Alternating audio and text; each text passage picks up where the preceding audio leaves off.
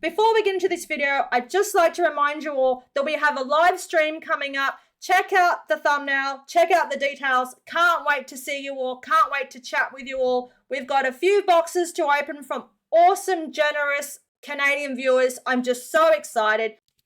Is Vancouver the best city in North America?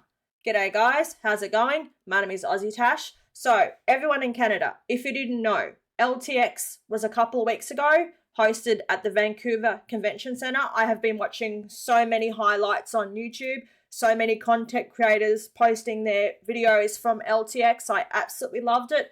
Getting into the swing of things, got a vintage LTX Linus Tech Tips shirts on, got my Linus Tech Tips water bottle. Like I said, it was held at the Vancouver Convention Centre. I haven't really learnt much about Vancouver, so got a great video, gonna get some insight about Vancouver and see why potentially it is considered the best city in North America. Let's get into it.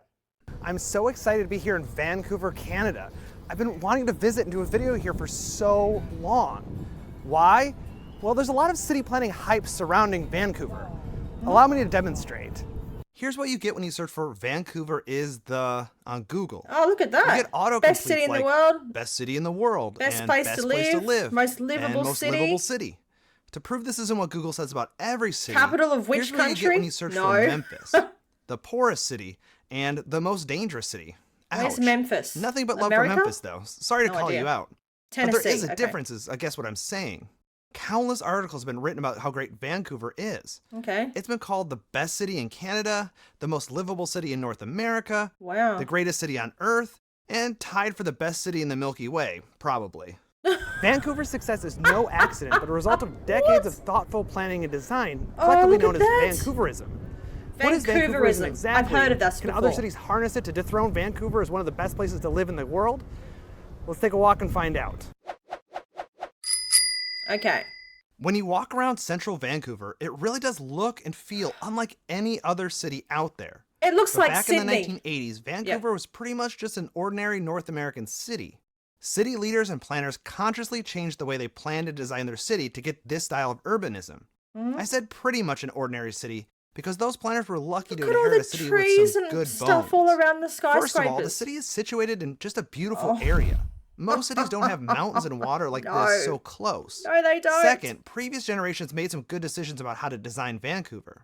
For example, Vancouver has some extremely narrow residential streets. The entire right-of-way is only 66 feet wide, with about 28 to 36 feet for vehicles. Oh, that's not And a in the lot, is it? 1970s, Vancouver residents protested the construction of freeways within the city limits. Oh, This okay. occurred at about the same time as San Francisco's freeway revolts halted construction there. But San Francisco only halted the construction of the new highways after a few had been built. This left Vancouver as the only major North American city without highways, and made Wow. it difficult for cars to take over. So it's a normal city, save for one important abnormality, the lack of highways. Okay, I did say at the beginning that it sort of looked like Sydney, where you've seen the harbour and the boats and all the skyscrapers. It sort of did look like Sydney until you've seen all the beautiful mountains. Sydney doesn't have mountains like that. The freeways. So there's no main freeways in the city of Vancouver. That is really, really cool. I'm guessing there's a lot of public transport, trams, trains. Guys, jump in the comments. Let me know how you get around the city limits of Vancouver. E-scooters, Lime scooters, you guys got them there? We had them in Brisbane. They were really, really big. And then COVID come and pretty much crumbled the whole Lime scooter thing. It's one of the major reasons Vancouver went down a different path. Planners in the 1980s were looking at significant growth and suburbanization with no efficient way of getting residents to work downtown. The public didn't support new highways and mass transit was expensive. Yeah. They didn't have funds to build new lines everywhere. If you can't connect people's home to work, what do? You put their home and work in the same place, or at least within cycling, walking, and transit distance. This is a solution that has a lot of benefits. More trips can be made by walking and cycling. Transit becomes more popular, which can be used to justify greater frequencies and more lines. Yeah. And even if a resident chooses to commute by car, the trip is shorter, easing congestion. There are two major challenges that needed to be solved to make this happen. One, how to convince people who would otherwise choose to live in the suburbs to move to the central city instead. And two, It'd be how to expensive to live revitalize in the downtown central Vancouver, CBD. a typical 80s downtown in decline. The solution, if you haven't guessed it already, was Vancouverism. I'm back here in the City Beautiful Studios, what my family likes to call the living room, after my trip to Vancouver. I have a lot to say about my visit, but let's start with the basics. What is the definition of Vancouverism? Here we go. There's a lot to say. There's a whole book about Vancouverism, and I'm not going to get to all of this. I'm going to focus on the most novel part, the urban design. Okay, all right. I have heard of the term Vancouverism. There's a book on it. How many pages are in this book? Who has read this book? It looks like there's like 200 pages and it's like this big. Oh my gosh. Vancouver had the Olympics in 2010, or was it the Winter Olympics? I'm not quite too sure. I remember I was 18 years old. I just finished high school. I moved down to Sydney for the 2000 Olympics. Oh my gosh, I do understand what this guy is saying about how great public transport was. Because of the Olympics, Sydney, they completely transformed their entire public transport system. You could get anywhere within the city on a train. It was absolutely fantastic. It looks like Vancouver, they're very similar. Obviously, they've done theirs from like 1980, so they're like 20 years behind Sydney. But I absolutely love the thought of not much freeways, not much traffic congestion, and just being able to get on a tram or a bus or a train or even cycle. E-scootering, mate. Oh my gosh, how cool is an e-scooter? I've owned one, had a few falls, and I had to give it up. And I'm going to further narrow the scope. The cool urban design is largely limited to a few areas of central Vancouver. It's mostly in the False Creek, Yaletown, and Cole Harbour areas. They were former industrial sites that were ripe for redevelopment in the 80s, 90s, and 2000s. I've heard of False Creek. Let me introduce you to one of the key pieces of Vancouverism, the Point Tower. One way of thinking of the Point Tower is a building with two parts, the podium and the tower. It's sort of like you merged a thin condo tower with a mid-rise building. Why would you design a building like this? The condo tower provides residential density, and the units themselves command beautiful views of the surroundings, making them attractive to those who wouldn't necessarily want to live in a high-rise normally. Look at this Views city. are one thing lots of suburban homes don't have. The city of Vancouver regulated the size of the towers and their placement to preserve view corridors. Oh, the city no way. even went so far as to regulate the size and placement of towers to create an attractive skyline. Okay, that's really cool. They identified blocks that would be good places for towers of additional height, punctuating the skyline of relatively uniform point towers. The idea was that the skyline could be urban design as public art. The mid-rise section of the building is designed to create vibrant street life. That's very clever. The mid-rise building is at a great scale to frame the street in an attractive way. Yeah. Many of the towers are wrapped with townhouses with doors that open directly onto the sidewalk.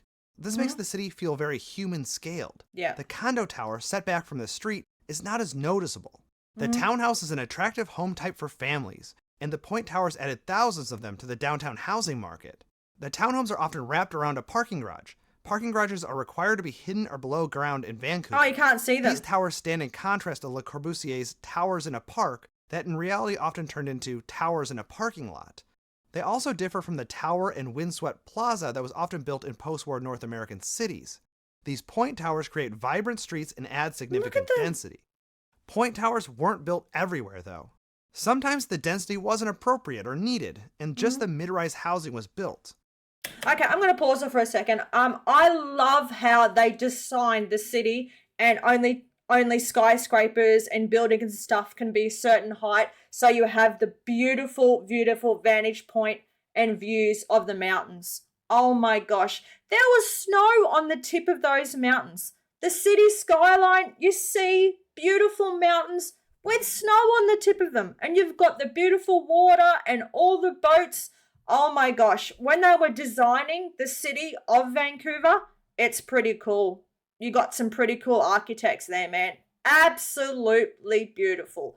Oh my gosh. When I think about like Sydney, like I said, I've lived in Sydney for quite a while. Man, it's just up, up, up. There's no beautiful walkways and stuff like this. Not really. Brisbane City, pretty much exactly the same. You've got your few little areas, but to live there, you have to be like a trillionaire, like I'm talking like Elon Musk sort of thing. Like you've got to have money or you just can't afford it. But you are not going to get views of this, I tell you. In Brisbane, you've got what's called the brown snake. You've got this nasty brown looking lake. And that's all you're going to get, really. You're going to get South Bank, which is like a man-made sort of like swimming pool sort of thing. It is pretty. We've got that big Ferris wheel thing there. But yeah, nothing like these views. This is just out of this world, man. Absolutely out of this world. A beautiful, beautiful city.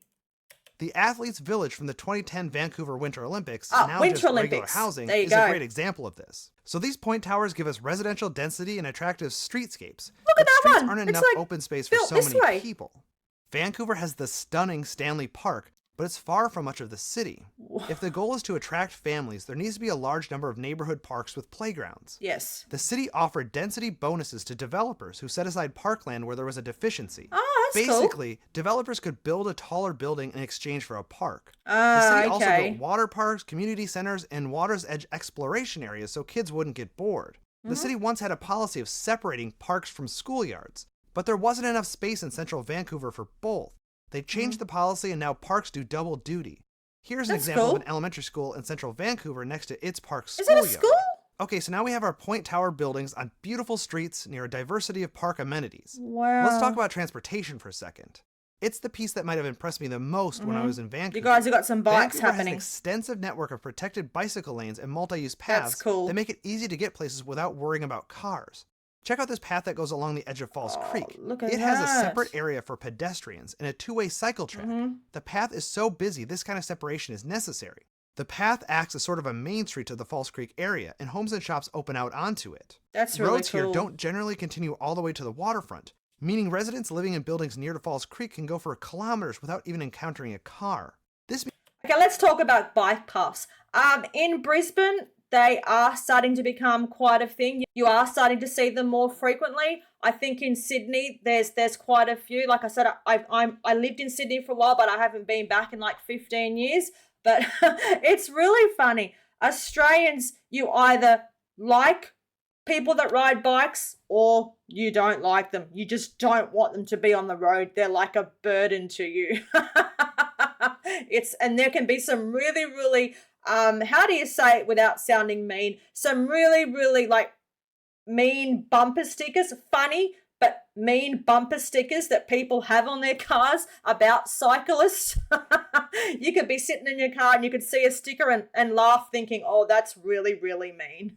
But yeah, bike paths, they're cool. I mean, if you live in a city where, there's not a lot of freeways and, it's been made for, biking and stuff like that, 100%, absolutely beautiful. Like I said, traffic congestion is horrible. Where I live, mate, they are just building housing developments every 2 seconds and they're not doing anything about the roads. It used to take like 10 minutes to get to my work. Now it takes 30. It's just horrible.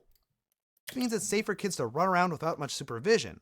When I was there, I noticed groups of 10, 12, 14-year-old kids Your wandering parks are around cool. without parents. We have I heaps of definitely don't parks, see this in but we downtown do have heaps Sacramento of where I live, parks. and I rarely see it in the suburbs either, honestly. This commitment to active transportation is also a necessity.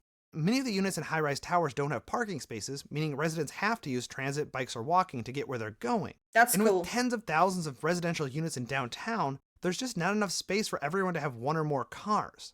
Vancouver had to resort to alternatives to create density without gridlock traffic. Today, approximately 50% of trips in Vancouver are made on transit, bike, or walking. Only a handful of North American Walking? cities see that percentage of non-car trips. So it's not hard to see why other cities would want to emulate Vancouverism. It's pretty cool. It's very market-friendly. Nearly all the projects are market-rate private developments. It's also climate-friendly. You have people living in dense urban areas using active transportation. And it's popular among residents, too. It's really win-win-win. But I don't want to let Vancouver off the hook that easily. There are still plenty of critiques of Vancouverism, and the biggest one is affordability. Yes, okay, we'll pause it for a second. First of all, let's just talk about this whole Vancouverism thing. What does the rest of Canada think about the term Vancouverism? I have seen a few funny videos about what people think about Vancouver, like other Canadians. They seem to think that, they can be a little bit, stuck up. I've read in so many comments that Vancouver is a very, very expensive place to live. Sydney, expensive. Brisbane, expensive. Melbourne, expensive. Basically, if you want to live in those three cities in Australia, you have to be prepared to foot the bill. In the CDB in about half an hour out of the CDB. I'm really, really loving this video. I'm loving learning about the city of Vancouver. It's absolutely beautiful. I'll tell you that right now. It is a beautiful, beautiful city. From all the footages that I've seen, oh my gosh. The convention center, like I said, I've been watching lots of videos over the past 2 weeks about LTX 2023 Linus Tech Tip Cities convention there. You've been seeing heaps of, the Vancouver city itself. Oh my gosh. Yes, it does remind me of Darling Harbour and Sydney and stuff like that. Definitely that part of Vancouver reminds me of Sydney, 100%. Vancouver is one of the most expensive metro areas to live in relative to median incomes. The housing affordability crisis is complicated and not limited to Vancouver, but in some cases Vancouverism exacerbated the problem. For example, Concord Pacific Place is one of the largest master-planned urban communities in North America, built on a former rail yards. Its thousands of units were marketed simultaneously in Vancouver and Hong Kong, and its first units were sold out fast due to strong interest in Asia. This obviously undercuts the goals of Vancouverism, with its promise of housing potential Vancouver suburbanites. It also points to a larger problem in Vancouver, where wealthy foreign buyers snatch up all the housing, pricing out the local residents. They do in Sydney and Melbourne as well. Vancouver imposed a 20% tax on foreign home buyers. The city also recently introduced a speculation tax on owners who don't pay income taxes in British Columbia and don't live in homes they buy. The measures have had some limited success, but it may only be temporary. And the overall issue remains. When Vancouverism buildings are built, the market rate units are often affordable only to out-of-town buyers. Vancouver has built social housing, but the number of units isn't high enough to meet demand, and the rents for the affordable units are often still too high for those who need it most. You only have to walk a few blocks from Falls Creek and Yaletown to see the streets lined with Vancouver's homeless. A stark reminder that Vancouverism isn't working for everyone. Okay, that's very similar to Sydney again. Oh my gosh. During the Olympics, they actually cleaned up all the homeless people for a couple of weeks. They put him in housing and stuff like that. This was in 2000. And then after the Olympics, maybe did they find them housing? Not quite too sure. Hopefully they did. But yeah, if you go to places in Sydney like King's Cross and stuff like that, which is literally 20 minutes from the CDB, you will see stuff like that. It's really, really sad. Australia. I don't know if we have those sort of taxes for foreign and international buyers, but I'm telling you right now, everything is for sale in Australia and they will sell it to the highest bidder. Doesn't matter where you're from. If you've got the most money, they'll sell it to you. This also highlights another critique of Vancouverism. While most of Vancouver feels like a normal city, charming but a little rough around the edges and spots, the Vancouverism districts feel almost unnaturally clean and well kept. The prescriptive urban design combined with a modern architectural aesthetic makes the whole area feel kind of monotonous. In some ways, Vancouverism has achieved the goal of bringing the suburbs downtown. It's clean, safe, and filled with families. It does look clean. But it can also be affluent, cookie cutter, and exclusive. So that's Vancouverism. As someone who studies urban design, my trip to Vancouver was just amazing. The city has designed entire districts according to cutting-edge urban design principles, and the result are vibrant public spaces and a beautiful city. Okay. But a beautiful city for whom? Like a lot of cities, Vancouver hasn't figured out how to make a good city for everyone. What we need is a Vancouverism 2.0, one that focuses on equity for Vancouver to truly be the best place to live in the world. Well, there you go. Is Vancouver the best city in North America? So North America, that includes Canada and the United States. Is that what you call it? The United States? The United States of America? I'm not quite too sure. Guys, in the comments, let me know what is the correct name. I absolutely loved learning about the city of Vancouver. Absolutely beautiful. Oh my gosh. How they designed it so only certain buildings can be a certain height. So you've still got that beautiful skyline view of all those mountains with snow on the top. Oh my gosh, the parks. We do have beautiful parks here in Brisbane. I'll definitely say that. I think there is some sort of deal where if you develop a housing estate, you have to have a parkland there, whether it's just a walking track or parks and stuff for the kids.